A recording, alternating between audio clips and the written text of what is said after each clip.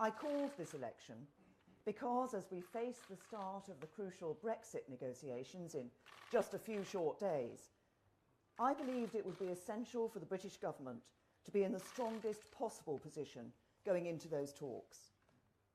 That remains the most critical issue in this campaign. But of course, when this campaign started, we could never have predicted the tragic turn that events would take.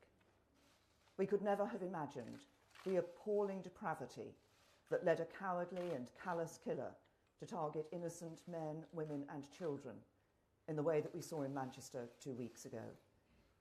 Nor could we have envisaged the brutal attack that was carried out on the streets of London on Saturday evening.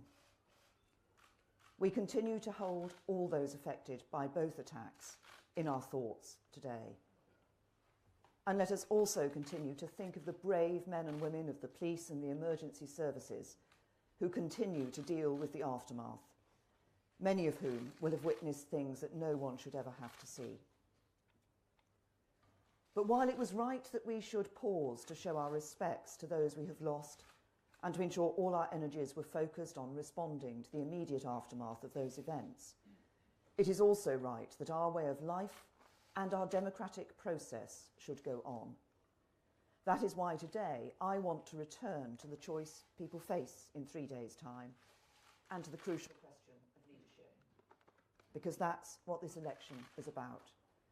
It's about which leader and which team people trust to take the big decisions that matter to Britain. About which leader and which team people trust to keep Britain safe. About which leader and which team will deliver economic security for you and your family.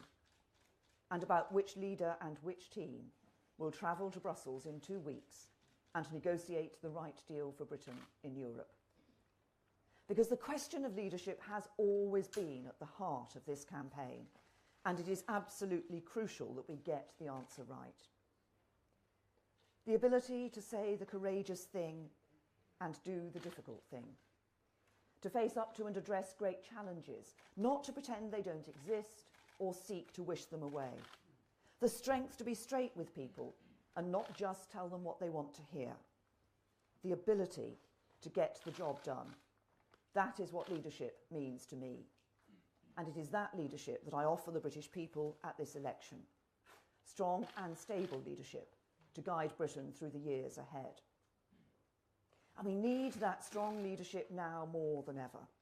For in just 2 weeks, we embark on perhaps the most difficult set of international negotiations this country has ever known. The most difficult and the most important. Because everything we want as a country depends on getting these negotiations right. Our future prosperity, our place in the world, our standard of living, and the opportunities we want for our children and our children's children. Each and every one depends on having the strongest possible hand as we enter those negotiations in order to get the best Brexit deal for families across this country. If we fail, the consequences for Britain and for the economic security of ordinary working people will be dire. If we succeed, the opportunities ahead of us are great. I have negotiated for Britain in Europe, and I know that the best place to start is to be clear about where you stand and what you want. That's why I've been clear that we do not seek to fudge this issue, to be half in and half out of the EU. The British people made their choice, and it would be a scandal to do anything other than respect their decision. And it is right to respect the view of other European leaders, also when they say we can't be half in, half out of the European Union either. So we will leave the European Union and take control of our money, take control of our borders, and take control of our laws. Our money, so we no longer pay huge sums to the European Union every year, but spend that money on our priorities here at home.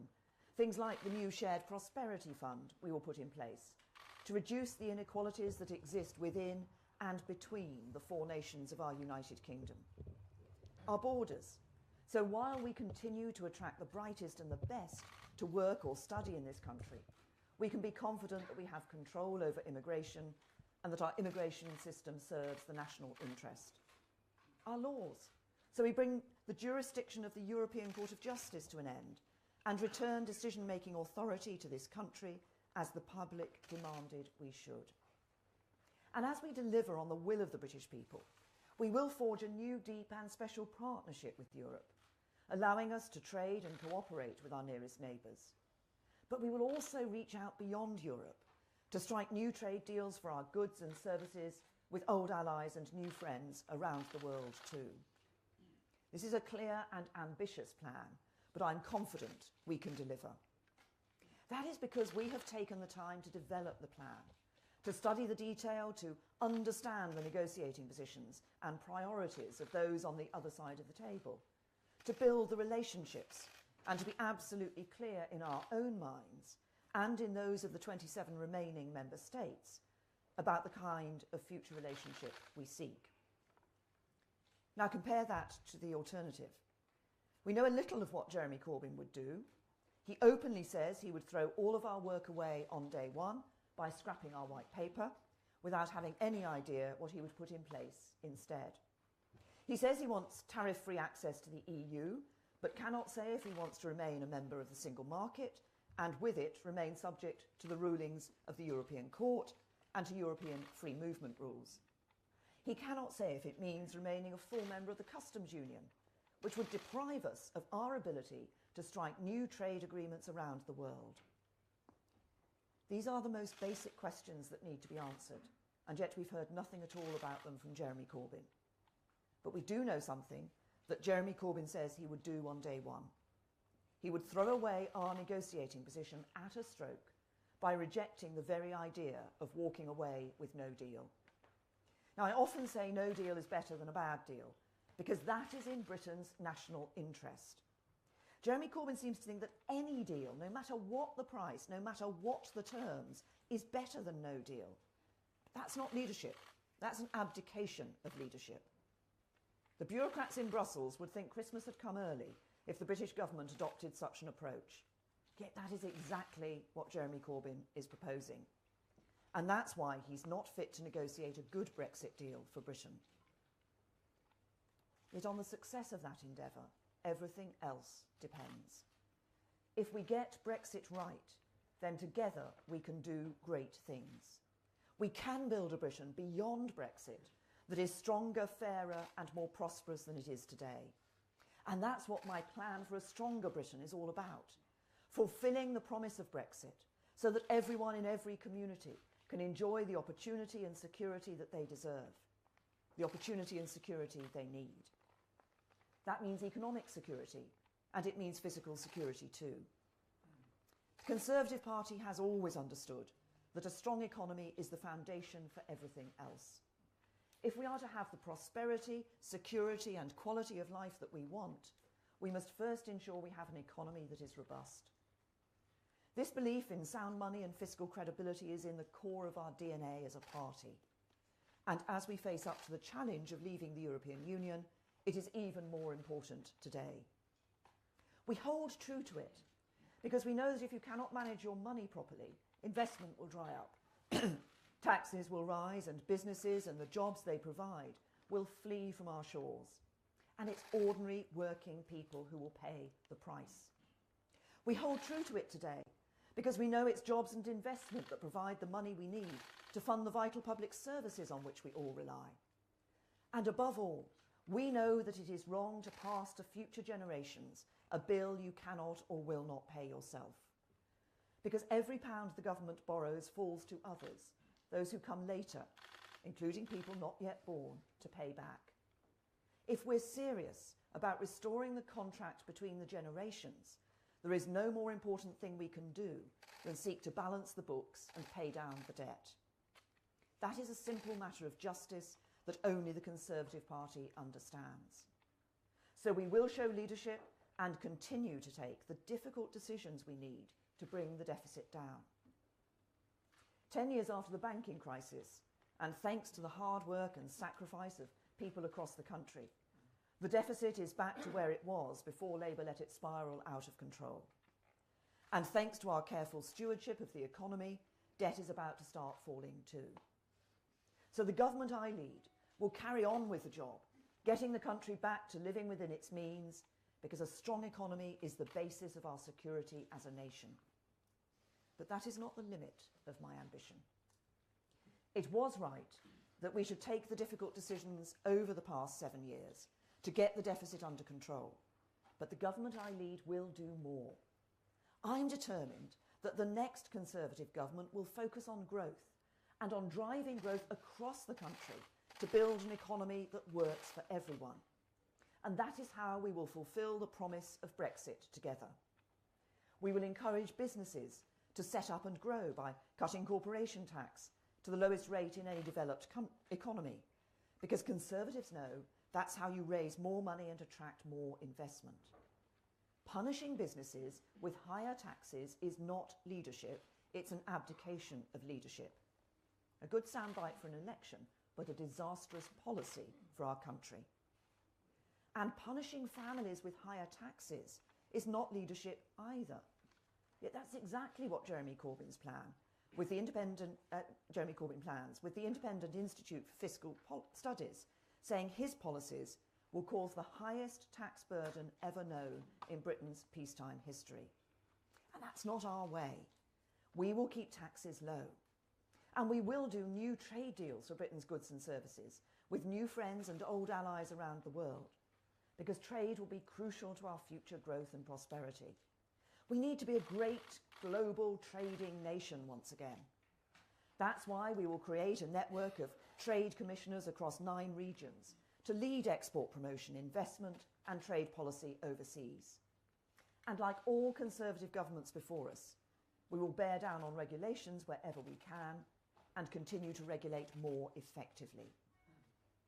But while a strong economy is the foundation, a fairer economy is vital too. That's why I want to do more to spread prosperity and opportunity around the country, as our new modern industrial strategy will do. It means keeping taxes low and helping people with the cost of living by intervening where markets are failing, by making markets work for working people. And it means guaranteeing a decent wage for all with a higher national living wage, and not just protecting but enhancing rights and protections for people at work as we leave the EU.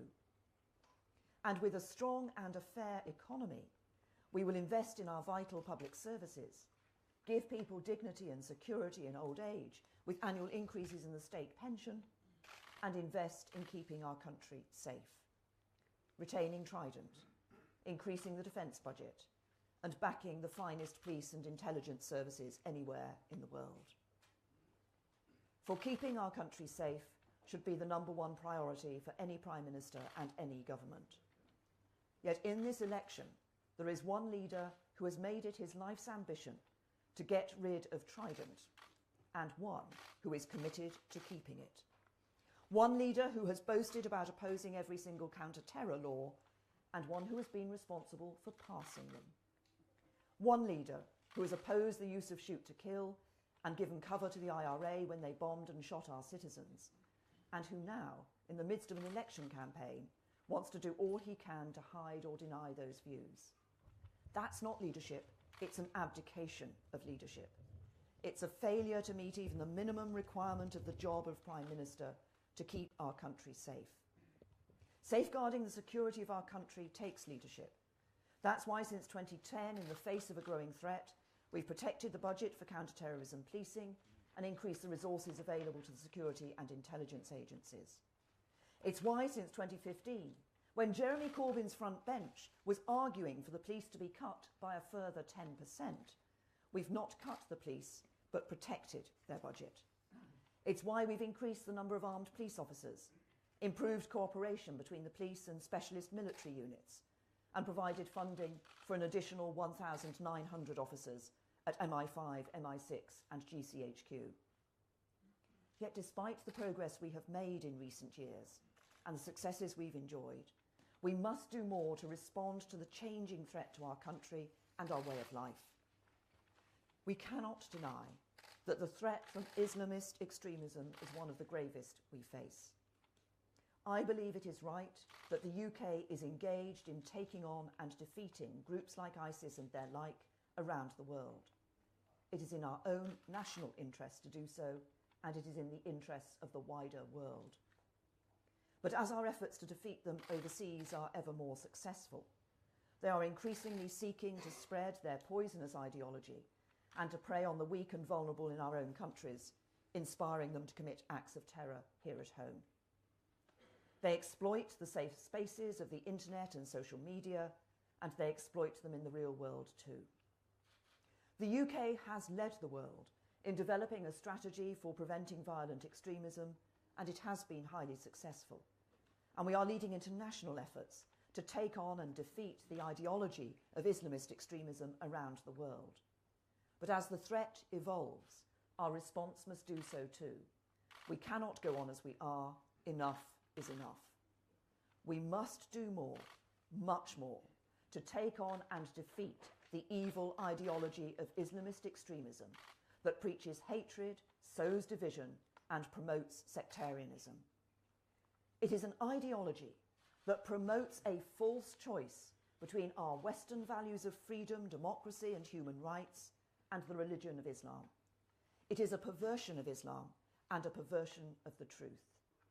And it will only be defeated when people understand that our values, pluralistic British values, are superior to anything offered by the preachers and supporters of hate.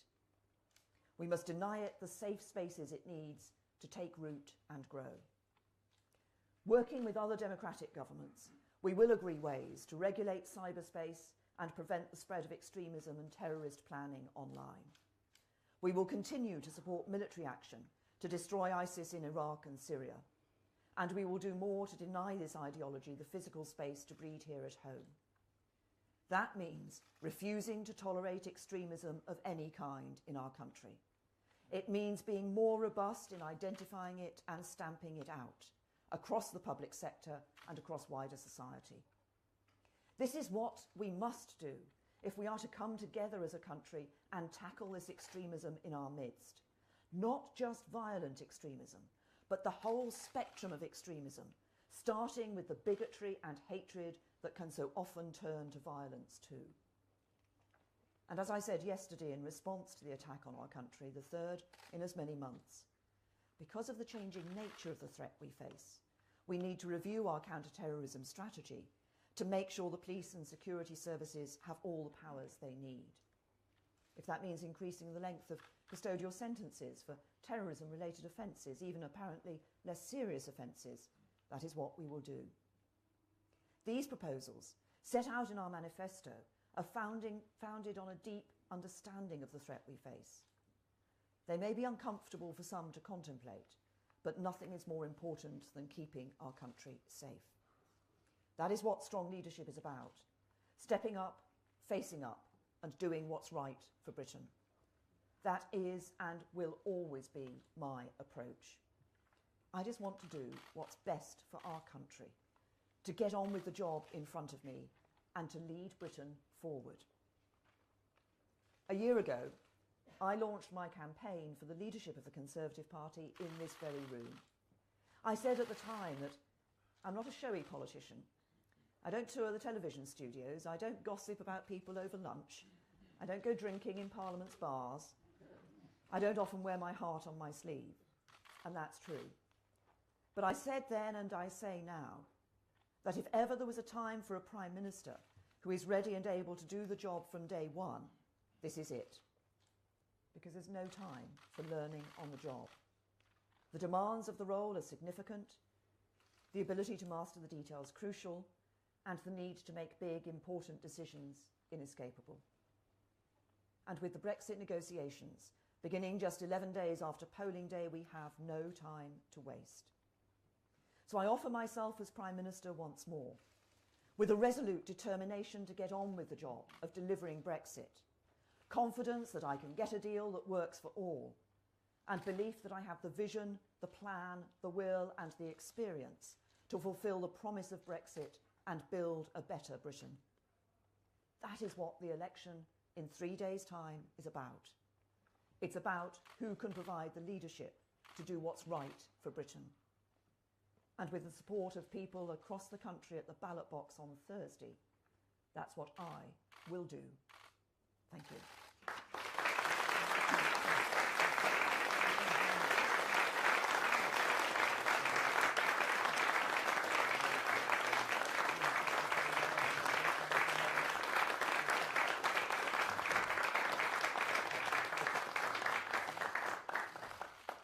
Now, I can take some questions from the media. Who do we have here? Goodness me, it's a whole host of media. Gary. Thank you, Prime Minister. Thank you. Channel 4 News. This morning, Cressida Dick said that in the light of the attack over the weekend, absolutely we need to look at having more police, more forensics, more intelligence officers. Do you agree, and would that mean you were wrong to cut numbers? Well, Cressida Dick has said that the Metropolitan Police are well-resourced, and they are. She said they have very powerful counter-terrorism capabilities, and they do. We have protected counter-terrorism policing budgets. We've funded an uplift in the number of armed police officers. And from 2015, as I said in my speech, we're protecting police budgets. And that is despite the fact that Jeremy Corbyn's front bench suggested that police budgets should be cut by up to 10%.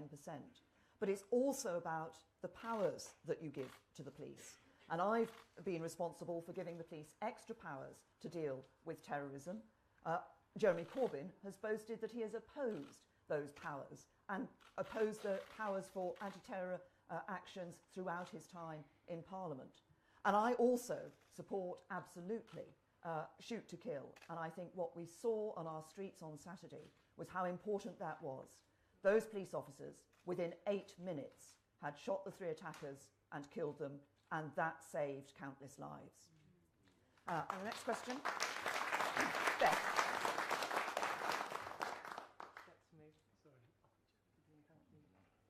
Thank you, Prime Minister. A question on those police cuts. You talked today about stamping out extremism in communities and preventing young people becoming radicalised. But isn't it a fact that 20,000 police cuts has meant that there have been cuts to neighbourhood policing, cuts to community policing, cuts in exactly the place where you need to stop this ideology growing? Was this raised while you were Home Secretary as a problem, and what are you going to do about it? Thank you.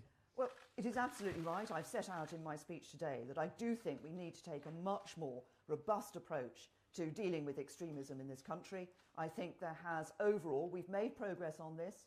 I introduced a counter-extremism strategy when I was Home Secretary, but I think we have seen overall too much tolerance of extremism in our society. So we do need to deal with it. That's why in our manifesto we've set out a step that I think we'll be the first country in the world to take, which is to introduce the Commission on Countering Extremism. That will be working with the public sector, but also with civil society, with organisations and individuals, both to promote our pluralistic British values, but also to help people identifying extremism and be able to know how to deal with that extremism when they see it. That's the first time any country has taken that step. I believe that's important, and I believe that will help us in that necessary task of stamping out extremism. Andy. Thanks very much. Andy Bell, 5 News. Prime Minister, you accused those who were concerned about police cuts of crying wolf. Do you accept now that you were wrong to say that they were raising legitimate concerns? And do you commit to restore those 20,000 police officers that were cut since 2010? I have answered the question about policing, but I'm very happy to repeat what we have been doing in policing, which is we have been protecting counter-terrorism policing. We've provided funding for an uplift in armed policing. We have, from 2015, we're protecting police budgets, as I said. The Labour Party, Jeremy Corbyn's front bench, said that police budgets could be cut by up to 10%. We said, no, we're going to protect those budgets. But it's also about the powers that you give to the police. And I have been responsible through a number of pieces of legislation I've introduced to give extra powers to the police to deal with terrorism.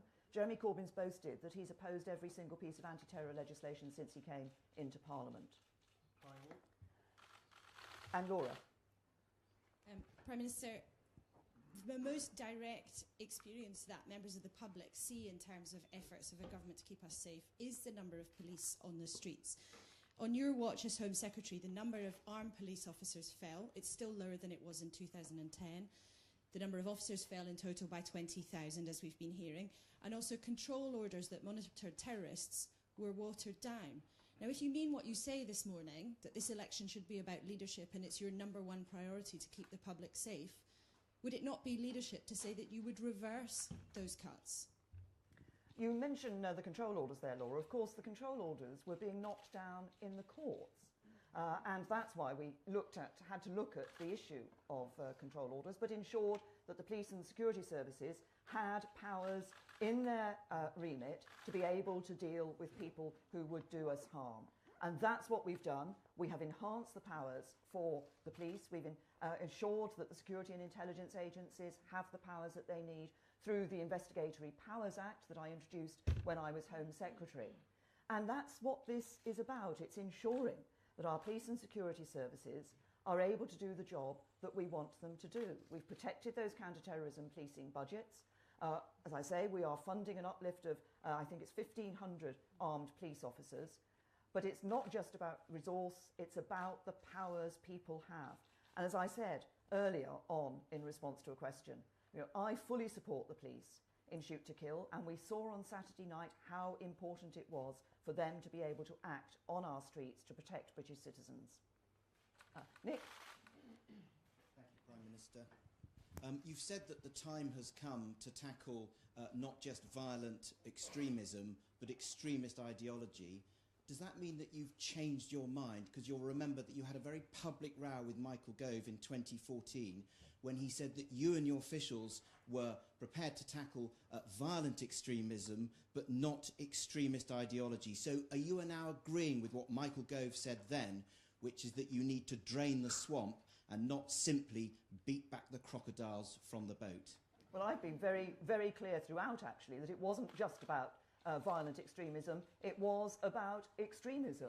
And that's why, when I was Home Secretary, we introduced the counter-extremism strategy. You can look back, I've made various speeches over the years where I have said that we do need to deal with extremism, not just the violent extremism.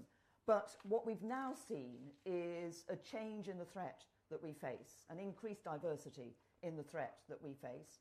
And I think it is important for us to respond to that, and that's what you would expect a government to do. And as I said, while we've made progress in relation to extremism, I believe that there has overall been too great a willingness to tolerate extremism in our society, and that's why we need to take further action. Yes, Chris. Chris Hope, Telegraph. Prime Minister, I know you blame the courts for getting rid of control orders in 2011 when you were Home Secretary, but why not bring them back? And do you regret getting rid of them so soon? No, as I say, the control orders were being increasingly knocked down by the courts. We introduced the terrorism prevention and investigation measures. We enhanced those measures most recently to ensure that the police and security services have the powers they need. We've also given the police additional powers in a variety of ways. For example, the ability to take somebody's passport away temporarily at the border, to then, if they think they're leaving the country, to perhaps to go to fight in Syria, for example, and to see if they can prosecute that individual. We have consistently looked at ensuring that people have the powers they need. We need to do that. We need to continue to do that as we see a different threat, and that's what I'm committed to do. Ben. Talks about protecting the counter-terrorism policing budgets, but what about the neighbourhood policing budgets? You oversaw huge cuts to that. Those are the officers on the ground, the eyes and ears who generate intelligence. Was it a mistake to cut thousands of those? We are protecting police budgets. As I say, what we saw in 2015 was the Labour Party front bench under Jeremy Corbyn's leadership saying that they would be happy to see police cuts, that they thought it was possible to have police cuts of 5 to 10%. We said no, we're protecting those budgets. Harry. Thank you, Prime Minister. Harry Cole from The Sun. Overnight around the world we saw a slew of headlines that would suggest that Britain is reeling and London is under siege, which is not an image that many commuters recognise this morning. What's your message to those that say Britain is cowering in the face of terror? No, I think that what we have seen from the British people is that resolute British spirit and resolute British determination to get on with life and show that business is as usual. We saw that following the Manchester attack, and we saw it, and we're seeing it today in London. As you say, people here in the UK are going about their business because we will not allow the terrorists to defeat us. We will defeat them. George. George Parker from the Financial Times. Prime Minister, I wondered if you'd like to say anything at all about the way that Sadiq Khan, the London mayor, has handled this crisis, and whether you have any views on the interventions of foreign world leaders in this issue so soon after an attack. I think Sadiq is doing an excellent job, and I've chaired a second COBRA meeting this morning. Sadiq Khan has been was present at that meeting. He was present at the COBRA that I chaired yesterday, and we're working together. We're working with the Mayor of London and with City Hall to ensure, for example, that the transport network is able to get back up and running so that people can go about their business. Yes. Michael Settle from the Herald. By and large, this election south of the border has been about Brexit, but north of the border it's been largely about independence. Nicola Sturgeon believes she has a double mandate to demand from you another independence referendum. She got most seats and most votes in the 2016 Holyrood election, and she had a clear mandate from the Scottish Parliament. The Scottish voters would like to know a precise answer to this question. Can you tell us what the precise reason is that you believe she does not have a mandate? I've been very clear that now is not the time to be talking about a second independence referendum in Scotland. First of all, we are going into these Brexit negotiations as the United Kingdom. Now is the time we need to work together, not be trying to pull ourselves apart, as Nicola Sturgeon is. I would remind everybody that in 2014 it was the Scottish nationalists who said that vote was a once-in-a-generation, indeed once-in-a-lifetime vote, and that vote was to stay part of the United Kingdom. And finally, I would say to everybody, anybody who believes in our precious union, anybody who believes that we are four nations but at heart one people, that we should stay together as the United Kingdom, should vote Conservative. Yes. Prime Minister Carl Dinnen from ITV News. We have now had 3 terrorist attacks in 3 months. Whether it's an issue with policing or whether warnings have been missed, do you regard these attacks as a failure to prevent the attacks by government? And if so, do you worry about what that says about your record? Well, over the past 3 months, we have had the 3 attacks. The police and the security services have also foiled 5 other attacks. What we have seen is an increase in tempo and a change in the terrorist threat, as I said, with terrorism breeding terrorism. And that's why it's absolutely right that we look at our response to that and we adjust our response, as we always do when we see the terror threat evolving and the means of the terrorists evolving. Yes. Thank you. Matthew Holhouse, MLEX News Agency. Prime Minister, you and your government want to stay party to counter-terrorism tools after Brexit that are operated by the European Union, such as the Schengen Information System, CRIS, EAW. But as you know, those are currently subject to the jurisdiction of the European Court of Justice. So do you accept that if you want to keep hold of those tools, you're going to have to compromise on your objective of exiting the European Court of Justice, or do you have an alternative plan that would allow you to do both? The Schengen Information System, as you say, it's not just about terrorism, of course. It's about serious and organised criminals as well. It's about identification of people who are travelling across borders. And as part of the negotiations, we will be looking at that and at various other programmes and projects and arrangements of cooperation that we have currently as a member of the European Union, which would lapse when we leave the European Union, and to continue to have those in future. There'll be a number of areas in those negotiations where currently the European Court of Justice has jurisdiction, and as part of the negotiations we will need to be looking at how we can ensure that there is appropriate oversight of the use of those, but I'm very clear the European Court of Justice and its jurisdiction in the UK is going to be ended. Yes.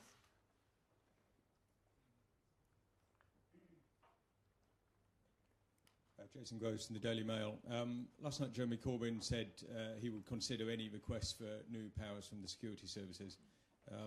I wonder what you made of that pledge and whether you could match it. And can I ask you also about revelations overnight that one of the killers in the latest attack appears to feature in a Channel 4 documentary last year waving an ISIS flag in a London park.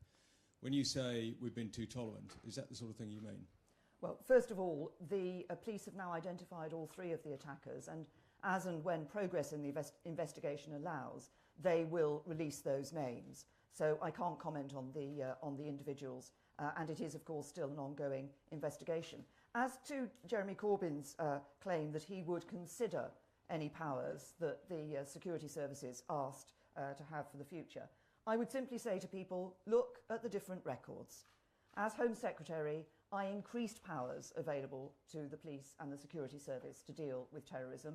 Jeremy Corbyn has boasted that he has opposed every single piece of anti-terror legislation since he came into Parliament. I think that's all people need to know. Yes, Rob. Rob Hutton from Bloomberg. You just praised the work that Sadiq Khan has been doing as mayor. Donald Trump responded to the attack by mocking Sadiq Khan. Would a period of silence on his part now be welcome? As I said, I'm very clear that Sadiq is doing a good job as Mayor of London. We're working with him, working together, and that's important. Government, central government, and the London Mayoralty and his officials working together to ensure that we are responding to the attack and looking, as I've said earlier, at the work that the police is doing to give the public extra protection and extra reassurance. We want people to go about their business. We are very clear that we will not allow the terrorists to harm our way of life or to harm our democracy. Now, who else is... there's somebody at the back that I can't see, sorry. William James from Reuters. You've talked a lot about the reasons why you've called this election. I wonder if you could just tell us how many seats do you need to win to justify that decision? I have, throughout my many years in politics, I've always been very clear. I never set expectations of that sort, and I never predict election results. What I do is go out and campaign to earn the trust and support of the British people. Torkel Crichton, Daily Record. Prime Minister, why did you tell police officers they were crying wolf when they warned you about cuts? Well, I think you're referring to a speech I gave to the Police Federation, where I was very clear with the Police Federation that they needed to reform. And guess what? The Police Federation took that message and they're reforming. Yes. Prime Minister, Adam Bianco from Business Insider. You've said this election is about leadership. Your own leadership has been called into question this morning by your former colleague, Steve Hilton, Director of Strategy under David Cameron, who said that you were responsible for these recent attacks. What is your response to him? I think, I have to say, I don't think I'm the only person in Westminster who has found themselves on the receiving end of a few comments from Steve Hilton. Yeah.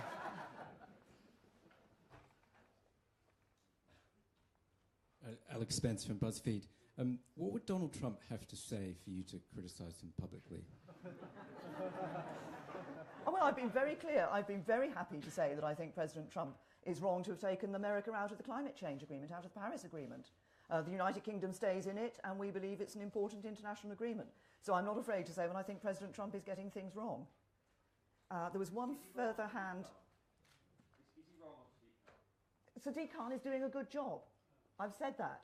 I think Sadiq Khan is doing a good job, and it's wrong to say anything else. He is doing a good job.